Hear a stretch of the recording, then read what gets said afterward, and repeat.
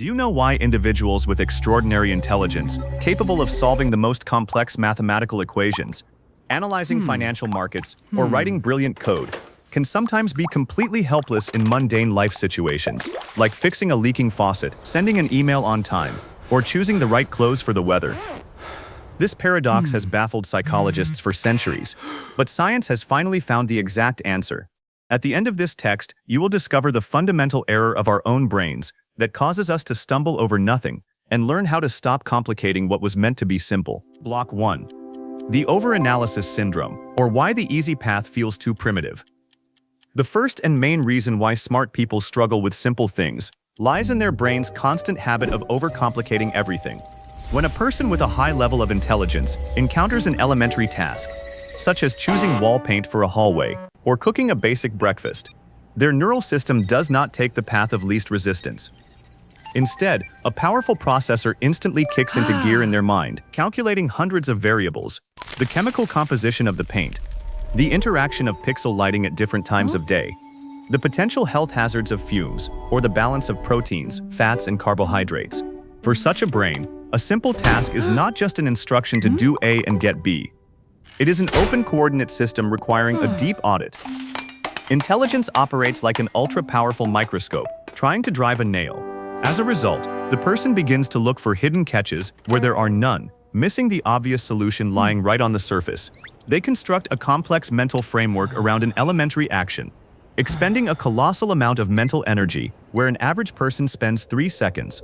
This habit of overthinking turns any routine movement into an exhausting intellectual quest that drains the nervous system and leads to chronic mental paralysis. Block 2. Intellectual elitism and cognitive blindness to basic skills. The second important factor is related to the social and psychological distortion to which highly intelligent people are often prone. Society validates their genius status for years, praising them for academic success, fast arithmetic, or deep knowledge of science. Because of this, an unconscious internal elitism forms towards so-called primitive skills. Intellectuals feel that household routines, physical labor, organizing space, or knowing how to simply relax and turn off their minds are things beneath their superior intellect, secondary and boring. Because of this disdain, smart people often neglect basic practice. They sincerely believe that since they can master quantum physics, they can fix a door handle or hammer a nail purely by the power of thought, simply by applying logic. But the real world works differently. Practical skills require muscle memory, repetition, sensory experience, and attention to detail, not just abstract thinking. When such a person takes on simple physical labor without respect for the process, they make foolish mistakes precisely because they consider the task too easy to take seriously. In the end, they are outperformed by someone who has spent years building that simple skill through practice, even without a doctoral degree. Block 3. The paradox of choice and the trap of infinite alternatives. The third level of the problem lies in how high intelligence works with information and choices. For an average person, buying toothpaste or choosing a movie for the evening is fairly simple. They grab the first one they see, or what friends recommended. An intellectual, however, instantly activates their analytical apparatus and begins researching the market. They will find 15 scientific studies on the impact of fluoride, read 40 reviews in different languages, compare ingredients, and ultimately plunge into such a deep analysis paralysis that buying toothpaste turns into a 3-day stressful procedure.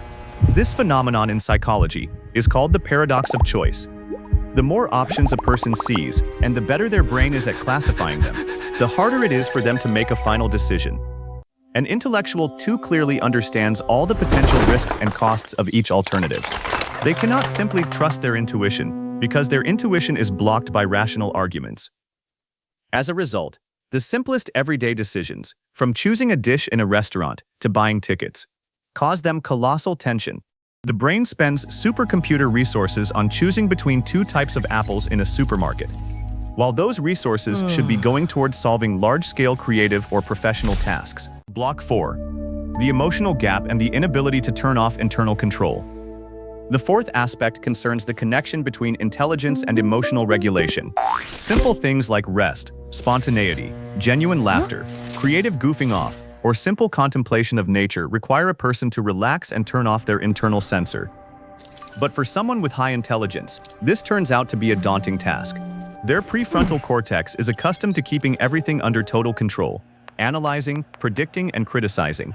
When such a person tries to just rest, their inner voice refuses to shut up. They start evaluating the quality of their rest, analyzing the productivity of the day, or looking for hidden meaning in the plot of a light comedy.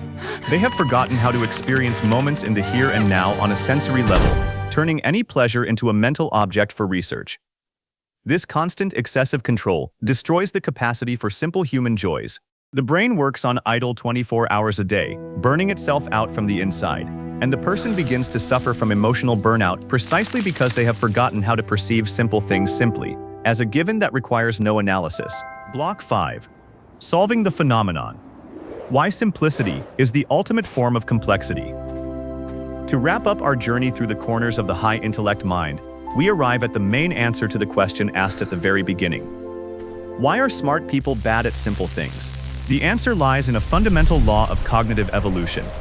True simplicity is not the absence of intelligence, but the result of a colossal internal synthesis, where the brain, after going through all stages of complex analysis, consciously discards excess noise and chooses the purest, most efficient action. Smart people often get stuck on the penultimate stage, where they are still trying to control chaos through complication. They forget that nature and life itself strive for the path of least energy expenditure. The secret to overcoming this problem lies in developing conscious simplicity, or intellectual minimalism. You need to give yourself permission to turn off the analytical apparatus at times. Trust basic intuitive algorithms, and stop looking for higher mathematics where you just need to press a single button or take a step back.